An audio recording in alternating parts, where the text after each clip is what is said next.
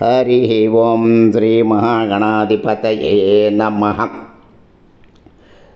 శుక్లాంబరధరం విష్ణుం శశివర్ణం చతుర్భుజం ప్రసన్నవదనం ధ్యాయే సర్వవిఘ్నోపశాంతయే.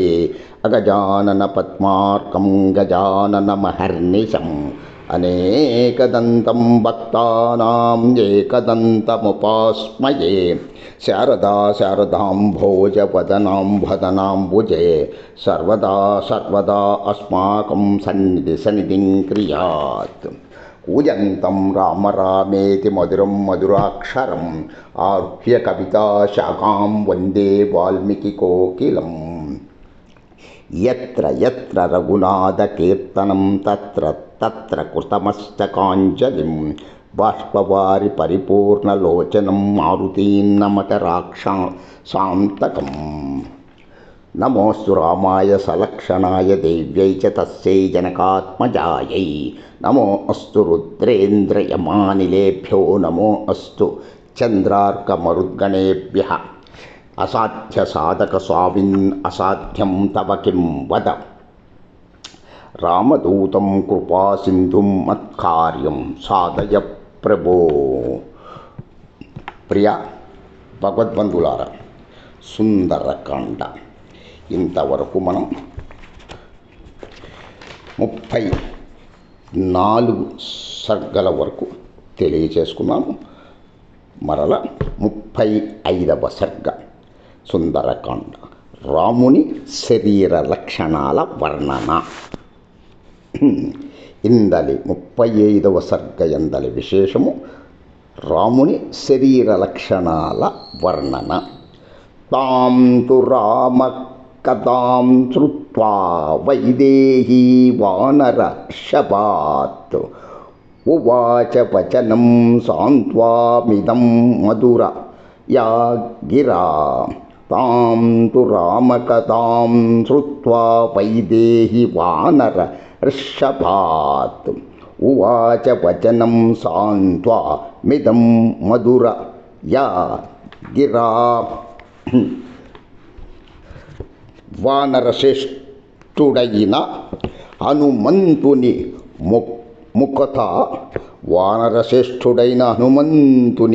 ముఖత రాముని వృత్తాంతం విన్న సీతాదేవి మనస్సు కాస్త కుదుట పడగా ప్రియంగాను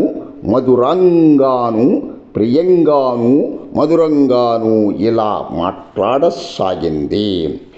నీకు రామునితో ఎప్పుడు పరిచయం కలిగింది? లక్ష్మణుని ఏ విధంగా ఎరుగుదువు? వానరులైన మీకు నరులైన రామలక్ష్మణులకు అసలు స్నేహం ఎలా కుదిరింది? ఓ వానరోత్తమ, రామలక్ష్మణుల విలక్షణమైన శారీరక లక్షణాలను వర్ణించి చెప్పు. అలా వినడం వలన నా శోకం ఉపశమించగలదు. రామలక్ష్మణుల అవయవాల పొందిక, ఆకృతి, ఊరువులు, బాహువులు ఏ తీరులో ఉంటాయి అంతా వివరంగా చెప్పు. సీతాదేవి అలా ప్రశ్నించగా వాయుకుమారుడైన హనుమంతుడు రాముని రూపురేఖలను ఉన్నదున్నట్లు వర్ణించి చెప్పడం ప్రారంభించాడు. తామర రేకుల వంటి కన్నుల గల విదేహ రాజకుమారి, అంతా నీకు తెలిసినప్పటికీ రామలక్ష్మణుల ఆకృతి ఇత్యాది లక్షణాలను గూర్చి నన్ను అడగడం నా భాగ్యంగా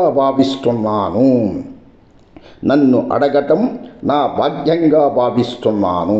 అలా చెప్పడం నాకు చాలా సంతోషం. విశాలమైన నేత్రాలు గల ఓ సీతాదేవి, నేను పరికించి గుర్తించిన రాముని శారీరకాది లక్ష్మణుని లక్షణాలను వివరిస్తాను, ఆలకించు. ఓ జనకరాజపుత్రి, రాముడు పద్మపత్రాల వంటి విశాలమైన నేత్రాలు గలవాడు. సమస్త ప్రాణుల మనస్సులను ఆకట్టుకునే సర్వాంగ సుందరుడు. మూర్తీభవించిన రూప దాక్షిణ్యాలు రాముడు. ఈ లక్షణాలన్నీ పుట్టుకతోనే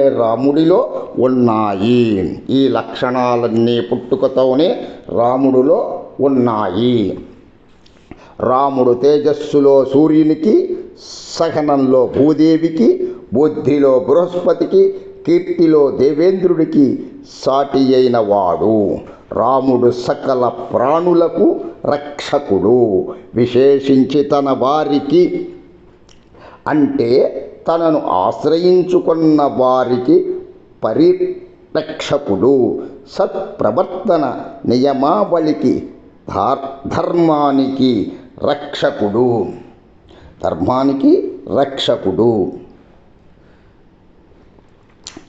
శత్రువులకు సింహస్వప్నం.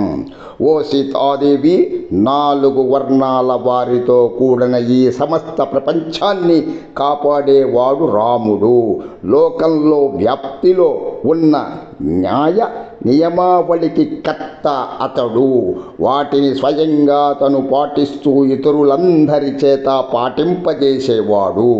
రాముడు తేజోవిరాజమానుడు, లోకపూజ్యుడు, బ్రహ్మచర్య వ్రతంలో నిష్ఠ గలవాడు, సత్పురుషులకు ఉపకారం చేయడంలో సదా సన్నద్ధుడై ఉంటాడు. సమస్త వ్యవహారాలందు సముచిత కార్య సరళిని చక్కగా పాటించడం తెలిసినవాడు. రాముడు రాజనీతి కోవిదుడు, బ్రాహ్మణుల పట్ల ఆదరాభిమానాలు గలవాడు, సకల శాస్త్రపారంగదుడు,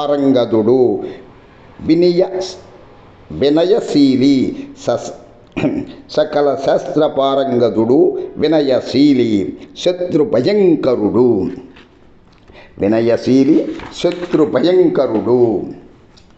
రాముడు యజుర్వేదాన్ని ఆపోసన పట్టినవాడు.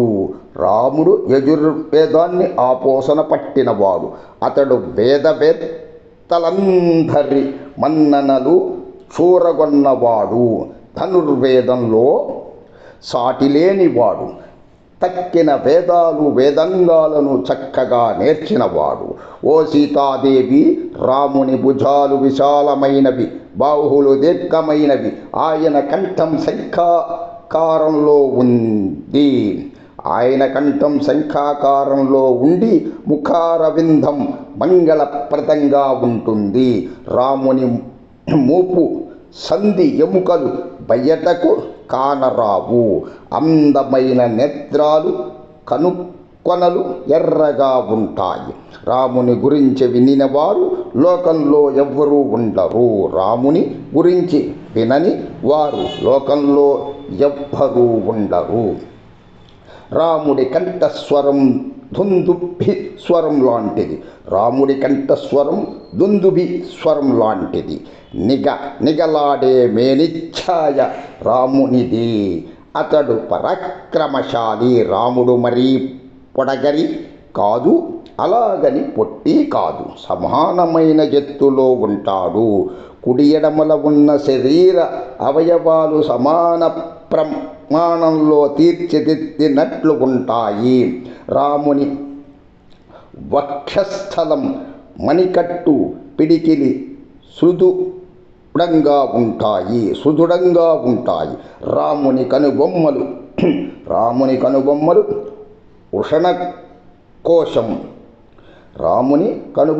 వృషణకోశం, బాహువులు దీర్ఘమైనవి. ఆయన కేశగ్రములు వృషణములు, మోకాళ్ళు హెచ్చు తగ్గులు లేకుండా సమ ప్రమాణంలో ఉంటాయి. రాముని నాభి, పొత్తి కడుపు, రొమ్ము ఎత్తైనవిగా అమరి ఉన్నాయి. కనుకొనలు, గోళ్ళు, అరచేతులు, అరికాళ్ళు ఎర్రని రంగును సంతరించుకొని ఉంటాయి. పాదరేఖలు, శిరోజాలు జననేంద్రియ నునుపుగా ప్రకాశిస్తూ ఉంటాయి. జనేంద్రియం నునుపుగా ప్రకాశిస్తూ ఉంటాయి. రాముని కంఠస్వరం, నడక తీరు, నిలబడే వైనం గంభీరమైనవి. రాముని ఉదరం మీద 3 ముడతలు ఉంటాయి. ఆయన స్తనాలు స్తనాగ్రాలు పాదరేఖలు నిమ్నంగా ఉంటాయి. పాదరేఖలు నిమ్నంగా ఉంటాయి. రాముని కంఠం, లింగం, వీపు, పిక్కలు హ్రస్వమైనవి. ఆయన తల మీద 3 సుడులు ఉంటాయి.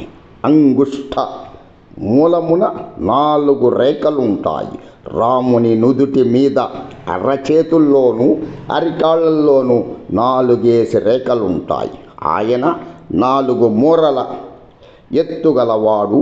ఆయన బాహువులు, మోకాళ్ళు, తొడలు, చెక్కిళ్ళు హెచ్చు తగ్గులు లేకుండా సమానంగా ఏకరీతిలో ఉంటాయి. కనుబొమ్మలు, నాసికా పుటాలు, నేత్రాలు, చెవులు, పెదవులు, స్తనాగ్రాలు, మోచేతులు, మణికట్లు, మోకాళ్ళు, ఉషణములు, పిరుదులు, చేతులు, పాదాలు, నడుము, ఇరుప్రక్కలు అనే ఈ 14 జతల అంగాలన్నీ రామునికి సమానంగాను ఏకరీతిలోనూ అమరి ఉంటాయి. రామునికి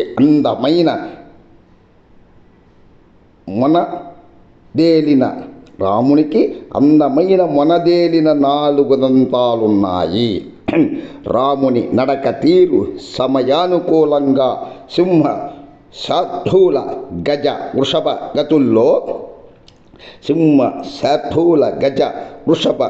గతుల్లో ఉంటుంది. ఆయన పెదవులు, దవడలు, ముక్కు తీర్చిదిద్దినట్లు చాలా అందంగా ఉంటాయి.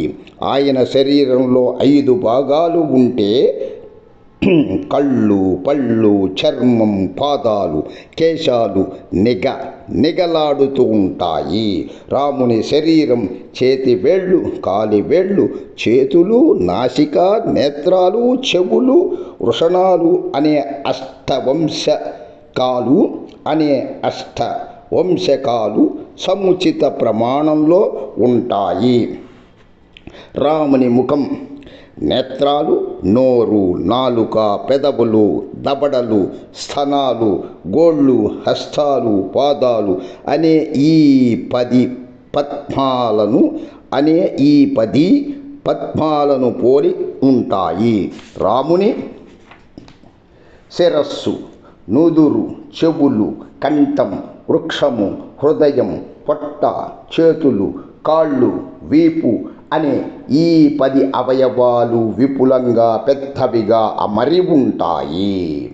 తేజస్సు, కీర్తి, సంపద అనే ఈ 3 వల్ల రాముడు లోకఖ్యాతిగాంచాడు. రాముని మాతృ, పితృ వంశాలు 2 పావనమైనవి. రాముని మాతృ, పితృ వంశాలు 2 పావనమైనవి. ఆయన చంకలు, కడుపు, పక్షము, ముక్కు, మూపు, లలాటమనే 6 అంగాలు ఉన్నతమైనవి. సూక్ష్మములైన వేళ్ల కణుపులు, తల వెంట్రుకలు, రోమములు, గోళ్ళు, చర్మము, లింగము, మీసము, దృష్టి, బుద్ధి గలవాడు రాముడు. ఆయన పూర్వాహ్న, మధ్యాహ్న, అపరాహ్నములనే త్రికాలాలలోనూ ధర్మార్థ కామములను ఆచరిస్తూ ఉంటాడు. రాముడు సత్యధర్మపరాయణుడు, సకలైశ్వర్య సంపన్నుడు. ధర్మ మార్గంలో ధనాన్ని ఆర్జించడంలో, అలా ఆర్జించిన ఆ ధనాన్ని యోగ్యులకు, పాత్రులైన వారికి దానం చేయడంలో ఆయనది అగ్రతాంబూలం. దేశకాలాల యుక్తాయుక్తాలు బాగా తెలిసినవాడు. అందరికీ ప్రియం కలిగే విధంగా మాట్లాడతాడు. సుమిత్రాదేవి కుమారుడు, రాముని సపతి తమ్ముడు అయిన లక్ష్మణుడు అజేయ పరాక్రమశాలి. అతడు రూపంలోనూ, గుణంలోనూ, మమతానురాగాలు వ్యక్తం చేయడంలోనూ రాముని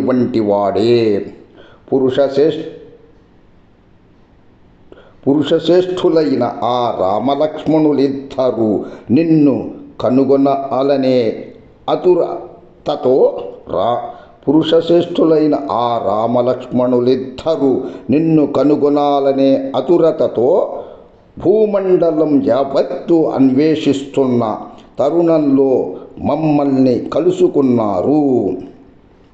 భూమండలం యావత్తు అన్వేషిస్తున్న తరుణంలో మమ్మల్ని కలుసుకున్నారు.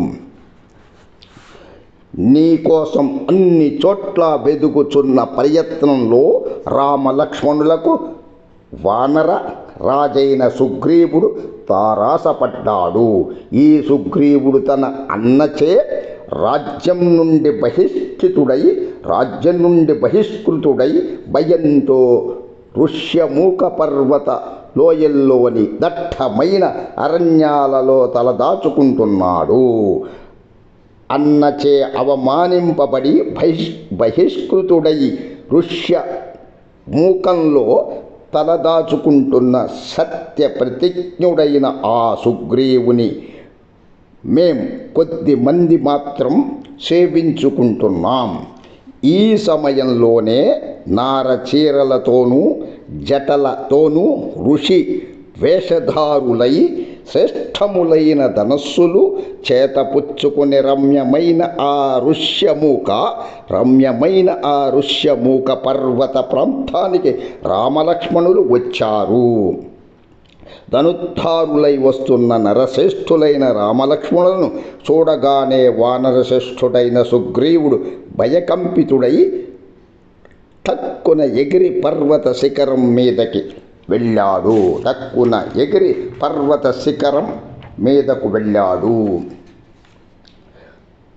పిదప ఆ వానరేంద్రుడైన సుగ్రీవుడు తను పర్వత శిఖరం మీదనే ఉండి ఆ అపరిచితులను కలుసుకోవడానికి తక్షణమే నన్ను వారి వద్దకు పంపించాడు. సుగ్రీవుని ఆదేశానుసారం నేను నరవరులు సర్వసమర్థులు చక్కని రూపంతోనూ శుభలక్షణాలతోనూ భాసిస్తున్న ఆ రామలక్ష్మణుల వద్దకు చేతులు జోడించి నమస్కరిస్తూ వెళ్ళాను. సుగ్రీవుని గురించిన వాస్తవ స్థితిగతులను తెలియజేయగా ఆ పురుష శ్రేష్ఠులు సుగ్రీవుని పట్ల ప్రసన్నతను వ్యక్తం చేశారు. అప్పుడు నేను వారిని నా భుజస్కంధాల మీద ఎక్కించుకుని సుగ్రీవుడున్న చోటుకు తీసుకువెళ్ళాను.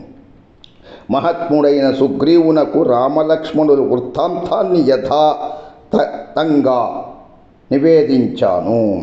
తదనంతరం సుగ్రీవులు ఎటువంటి అరమరికలు లేకుండా మనస్సులు విప్పి మాట్లాడుకోవడంతో వారి మధ్య ప్రగాఢ మైత్రి జనించింది. తరువాత ఆ వానర ప్రముఖులైన సుగ్రీవులు ఎంతో ఆధారాభిమానాలతో తమ గడిచిన వృత్తాంతాలను ఒకరికొకరు చెప్పుకొని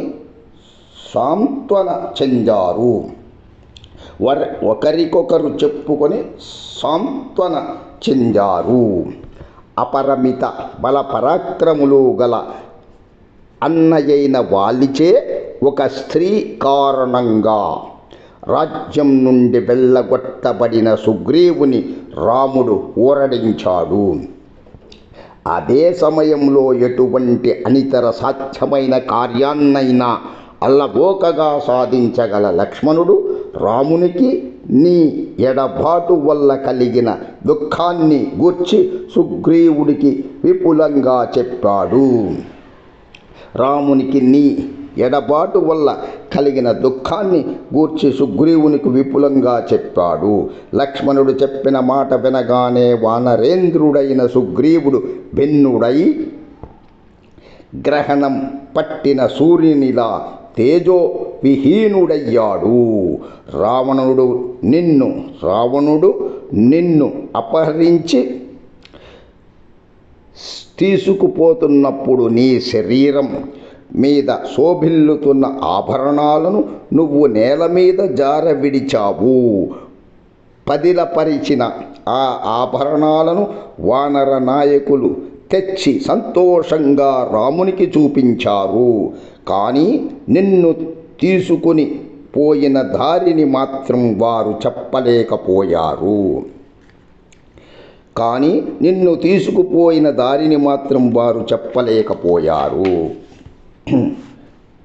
అప్పుడు నువ్వు జారవిడిచిన ఆభరణాలు ధ్వని చేస్తూ నేల మీద పడినప్పుడు వాటిని నేనే సేకరించి సుగ్రీవునికి అప్పగించాను. సుగ్రీవుడు వాటిని రామునికి అందించగానే రాముడు ఆ ఆభరణాలను గుర్తుపట్టి మూర్ఛపోయాడు. దేవత మల్లే ప్రకాశిస్తున్నవాడు ప్రభువు అయిన రాముడు ఆ సుందరములైన ఆభరణాలను తన ఒడిలో ఉంచుకొని నిన్ను తలుచుకుంటూ పర్రి విధాల విలపించాడు. రాముడు ఆ ఆభరణాలను పదే పదే చూస్తూ మాటికి విలపించసాగాడు. రాముణ్ణి దహించి వేస్తున్న శోకాగ్నిని ఆ ఆభరణాలు మరింత ప్రజ్వలింపజేశాయి. మహాత్ముడైన రాముడు చెప్పనలవిగాని దుఃఖంతో అట్లే నేల మీద కుప్ప కూలిపోయాడు. అప్పుడు నేనే ఎన్నో సాంత్వన వచనాలు పలికి ఆయనను లేవదీసి కూర్చోబెట్టాను. గొప్ప బాహువులు గల రాముడు లక్ష్మణునితో పాటు ఆ ఆభరణాలను పలుమార్లు పరికించి పక్కనున్న వారికి కూడా చూపి వాటిని పదిలపరచమని సుగ్రీవునికి అప్పగించాడు. ఓ పూజ్యురాలా, నువ్వు కనిపించకపోవడంతో నిత్యము అగ్నిచే ప్రజ్వలిస్తున్న అగ్నిపర్వతంలా రాముడు పరితపించిపోతున్నాడు. అగ్ని గృహాన్ని త్రేతాగ్నులు తపింపజేసేటట్లు నీ ఎడబాటుచే నిద్రలేమి, శోకం, చింత అనే మూడు మహాత్ముడైన రాముని తపింపజేస్తున్నాయి. గొప్ప భూకంపం సంభవించడం వలన ఒక మహాపర్వతం చలించిపోయినట్లు నీ వియోగ శోక కారణాన రాముడు నిల్లువెల్లా చలించిపోయి ఉన్నాడు. ఓ రాజపుత్రి, రమ్యమైన వనాలలో, ఆహ్లాదకరమైన నదీ తీరాలలో సెలయేళ్ల పక్కన తిరుగుతున్నప్పటికీ నువ్వు కానరానందున రాముడు కించిత్తు కూడా ఆనందం పొందలేకపోతున్నాడు. త్వాం మనుజ శార్దూల క్షిప్రం ప్రాప్స్యతి రాఘవః సమిత్ర బాంధవం హత్వా రావణం జనకాత్మజే. త్వాం మనుజ శార్దూల క్షిప్రం ప్రాప్స్యతి రాఘవః సమిత్ర బాంధవ హత్వా రావణం జనకాత్మజే.